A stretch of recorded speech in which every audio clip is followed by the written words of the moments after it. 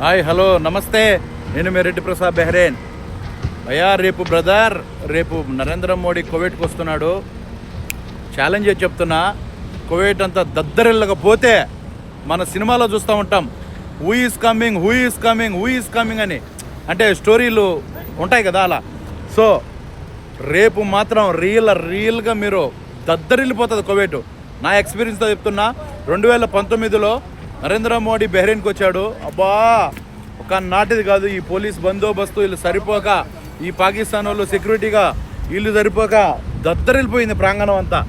ఎక్కడున్న ఇండియను ఒక నేపాల్ కాదు, వాడు కాదు, బంగాళాడు కాదు, పాకిస్తాన్ అందరూ పోయారు. అలా ఉంటుంది.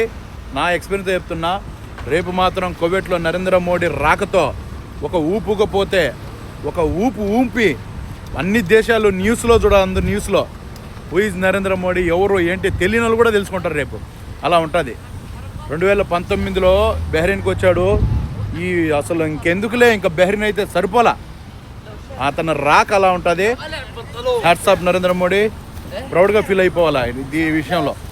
ఎందుకంటే ఇంతకు ముందు మన హయాంలో ఎవరు ఎక్కడ ఏ పిఎం ఏ ప్రధానమంత్రి కూడా మనకు ఇంత స్టామినా లేదు, ఇంత దేశ పర్యటన చేసి మనకు వాళ్ళకి లావాదేవీలు మాట్లాడలేదు, అంత సీన్ లేదు. ఓకే, సో నరేంద్ర మోడీ, జై నరేంద్ర మోడీ. రేపు చూడండి, ఈ మాట గుర్తుపెట్టుకోండి, ఎలా ఉంటుందో చూడండి ఒకసారి. నరేంద్ర మోడీ దద్దరిల్లిపోవాలి కువైట్ అంతా. సినిమాల్లో మనం స్టోరీలుగా విభజించి చూస్తూ ఉంటాం కదా, స్టోరీలో ఫేకు, రియల్గా చూస్తారు రేపు. ఎవరు వచ్చాడు, అన్ని దేశాలలో తలెత్తుకోవాలంటే అలా ఉంటుంది నరేంద్ర మోడీ రాకతో. ప్రతి ఒక్కరు దేశం వాడు నరేంద్ర మోడీ ఎవరు వచ్చినా ఆశ్చర్యపోవాలా. That is Narendra Modi, Indian prime minister. జై మోడీ. బీజేపీ పిలుస్తుంది రా, కదలిరా. అలా ఉంటుంది రేపు. ఇది సాయంకాలం వేళల్లో మా బెహ్రెయిన్లో ఎంతో చల్లదనంగా సూపర్ ఉంది. చూడండి, సముద్రం పక్కన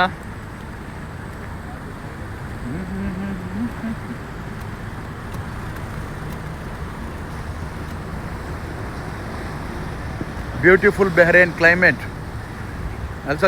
ఆల్సో మనకు బెహ్రెయిన్ చాలా బాగుంటుంది, మంచి ఫ్రీడమ్ కంట్రీ. జై Narendra Modi. Wait and see tomorrow. చూడండి ఎలా ఉంటుందో, దద్దరిల్లిపోవాలంటే.